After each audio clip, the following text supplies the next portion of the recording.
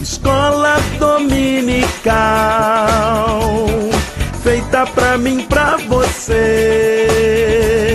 Espaço pra crescer e a Bíblia conhecer, sempre junto com você.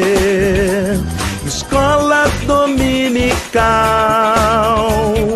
feita pra mim, pra você. Espaço pra crescer e a Bíblia conhecer, sempre junto com você.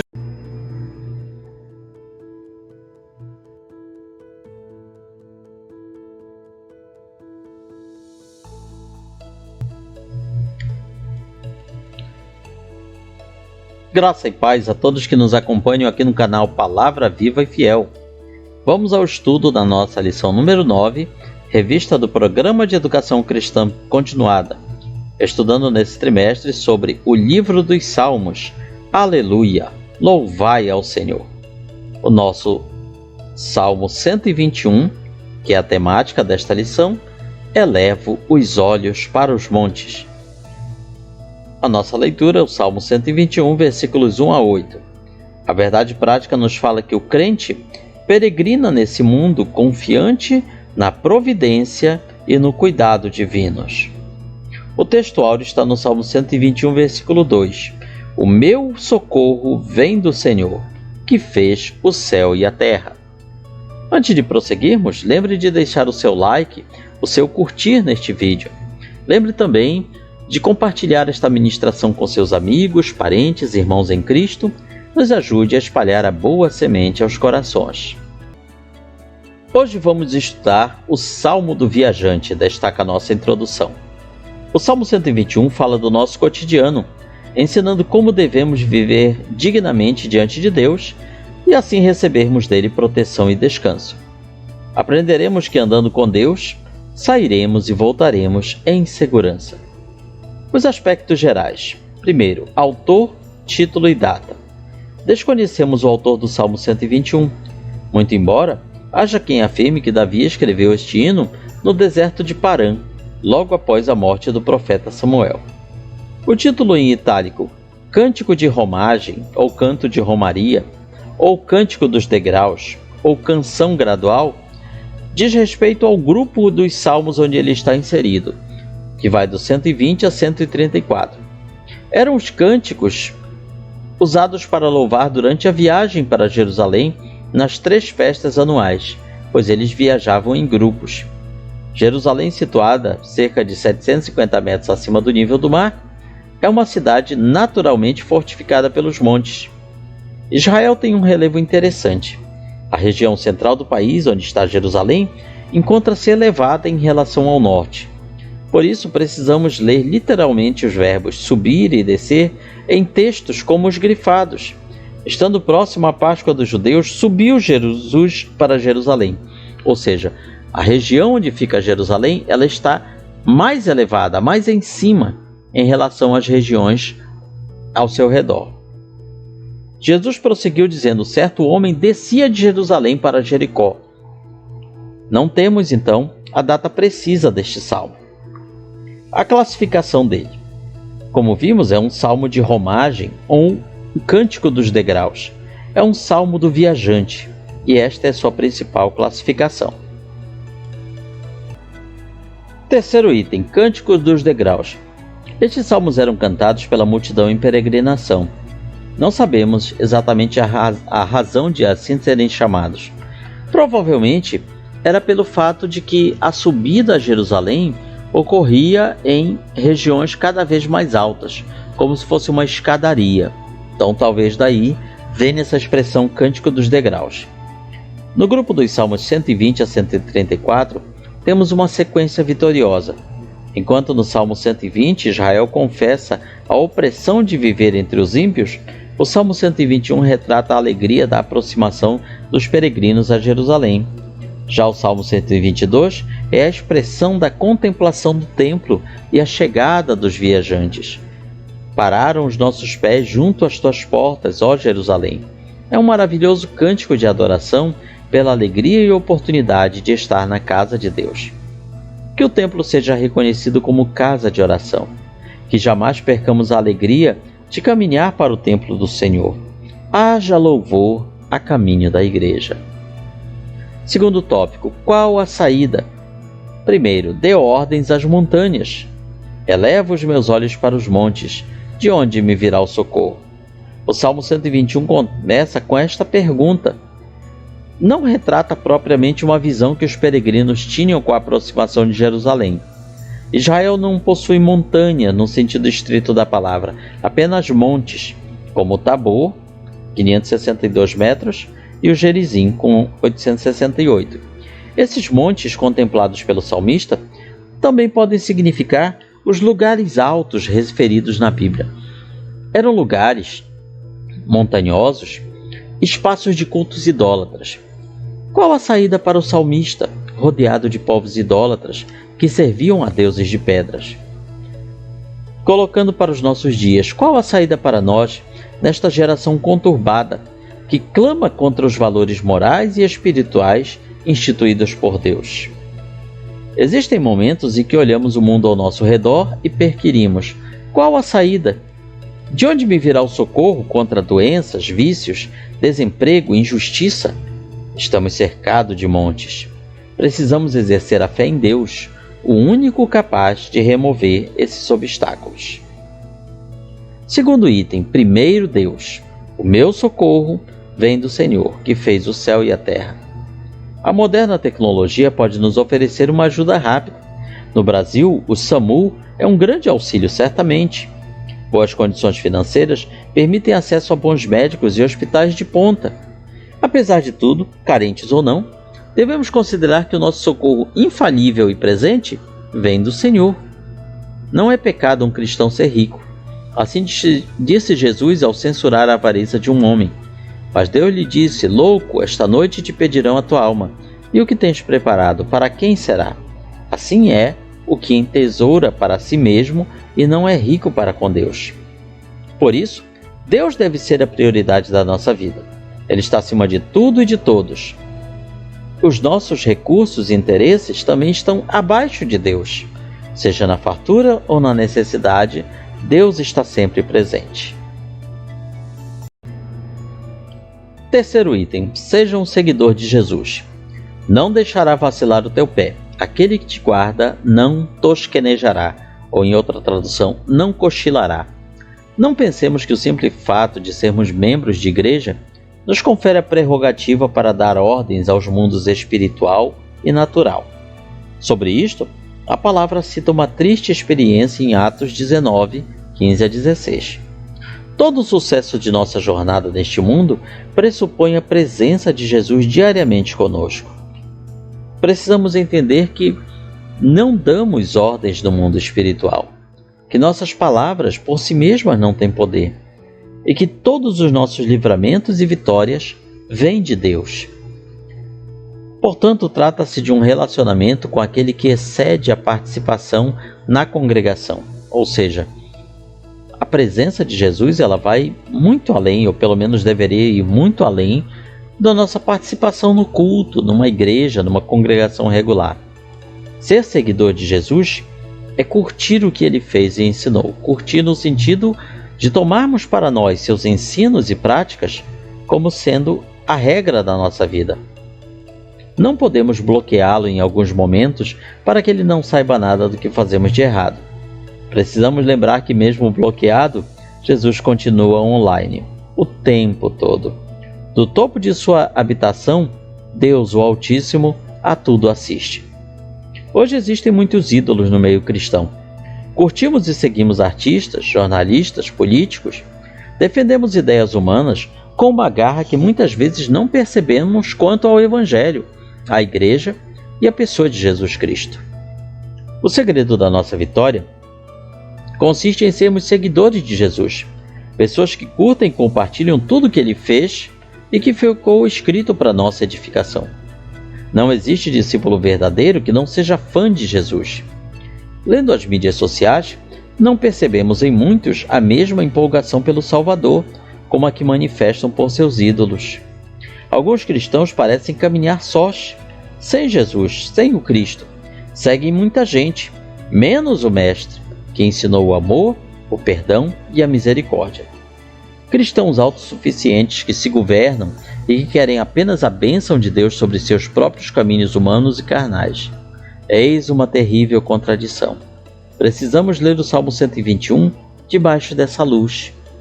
Ou seja, este salmo fala de proteção para aqueles que seguem a Deus, para aqueles que seguem a Jesus. Então, se queremos esta proteção em nossas vidas e em nossas famílias, precisamos segui-lo e viver o que ele manda. Terceiro tópico: segurança em nossos dias. Primeiro item: segurança para andar. Ele, Deus, não permitirá que teus pés vacilem. Não dormitará ou não cochilará aquele que te guarda. É certo que não dormita nem dorme o guarda de Israel. É uma promessa divina inspirada na confiança do salmista. Subindo e descendo os degraus íngremes de Israel, os caminhos montanhosos até chegar em Jerusalém, os peregrinos precisavam de proteção para os pés. Lesões e fraturas poderiam complicar muito a marcha do grupo. Além disso, o caminho entre a Galiléia, norte, e Judéia, sul, era muito perigoso. Havia feras nas montanhas e campos. Ladrões estavam sempre à espreita em alguns trechos, como no caminho entre Jerusalém e Jericó, cerca de 30 quilômetros. Assim nós vivemos neste mundo, como peregrinos, como estrangeiros, alienígenas nesta terra, rodeados de perigos. Com ferozes inimigos, caminhando sempre estou, diz a letra de uma canção antiga nossa. Mas conservo paz comigo, pois amado sou. Corrupção, drogas, trânsito caótico, crimes diversos nos deixam sem a segurança necessária para andar no Brasil. E existem outros países muito mais perigosos que o Brasil. Nós caminhamos driblando a morte, caminhando entre lobos devoradores, na política e até no segmento religioso brasileiro, como uma explosão de igrejas onde infelizmente o verdadeiro evangelho nem sempre é anunciado. Ou seja, nós cristãos vivemos em território hostil. Estamos em campo de batalha, na luta contra o mal. Diante disso, o que fazer? Vivamos de forma justa, sóbria, piedosa.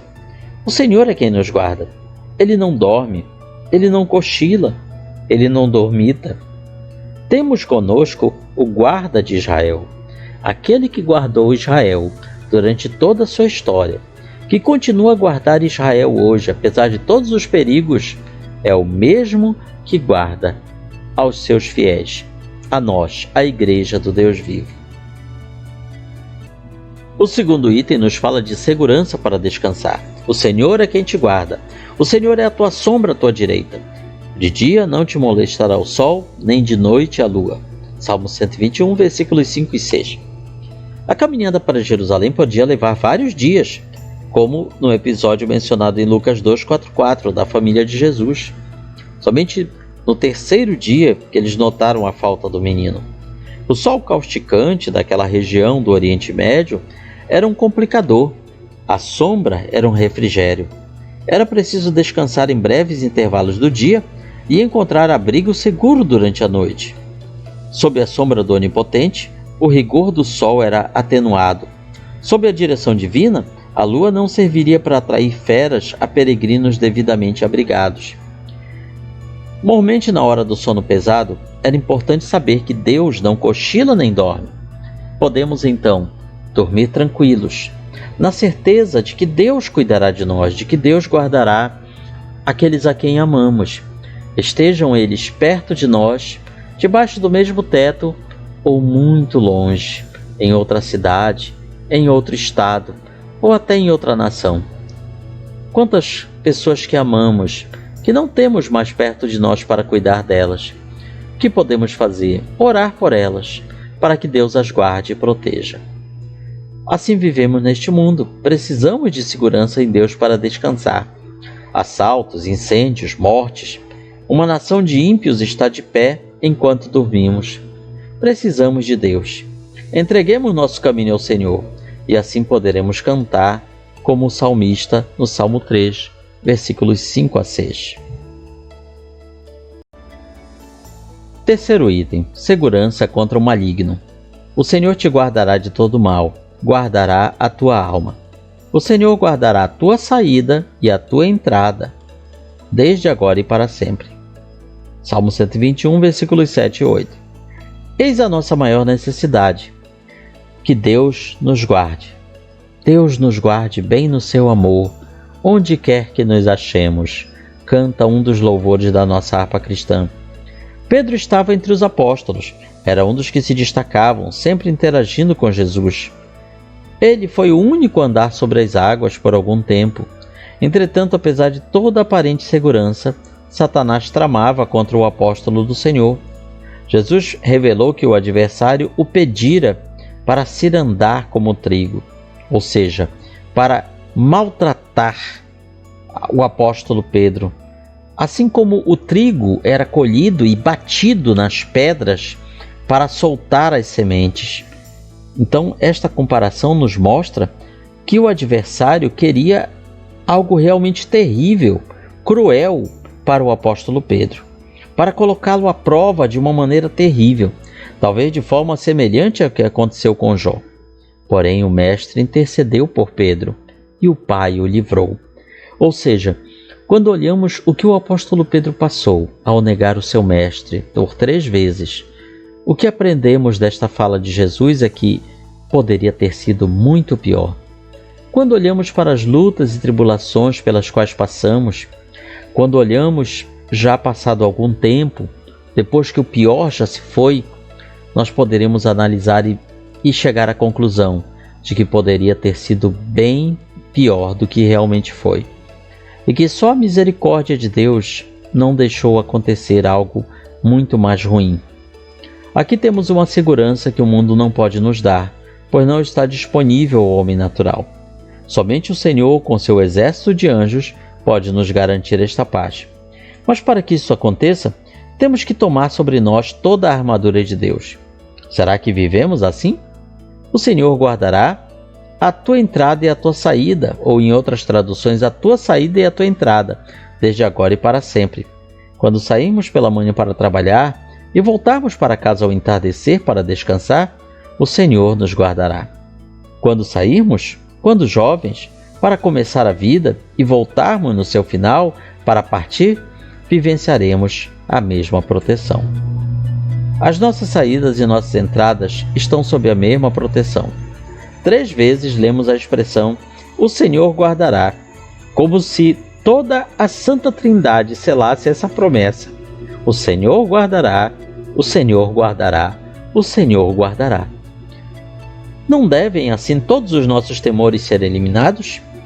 O que Deus quer nos dizer é: não tenha medo, eu estou com você. Por pior que seja, mas eu estou com você. Que ansiedade poderá superar esta tripla proteção que a palavra de Deus nos dá? Este guardar é eterno, a partir de agora, continuamente, para todo sempre. Toda a igreja é assim assegurada de proteção eterna. A perseverança final dos santos é assim assegurada, e a imortalidade gloriosa dos crentes é garantida. Sob a proteção de tal promessa, podemos seguir na peregrinação, sem temer, e nos aventurar na batalha sem tremer. Ninguém está tão protegido como aqueles a quem Deus guarda. Concluímos com a nossa aplicação pessoal. Em meio ao caos e à insegurança, sejamos confiantes de que Deus zela pela nossa segurança e nos livra de todo o mal. Que salmo maravilhoso, que lição abençoada para nos encorajar e tirar de nossos corações todo o medo e angústia. Comente, curta, compartilhe este vídeo, não falte na sua escola dominical, onde você com certeza vai aprender muito mais. Que possamos ter uma semana abençoada, repleta da paz do Senhor Jesus Cristo. Que Deus nos abençoe.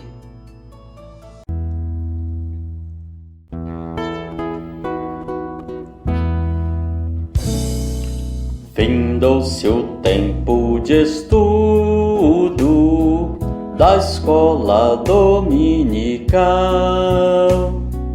Boa lição aprendemos, do nosso Pai Celestial.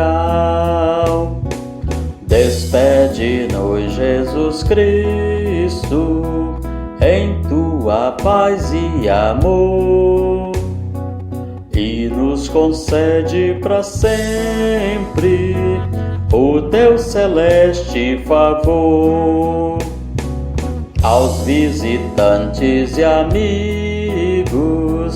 agradecemos também. Que a paz de Deus reine em todos, e até domingo que vem. E até domingo que vem. E até domingo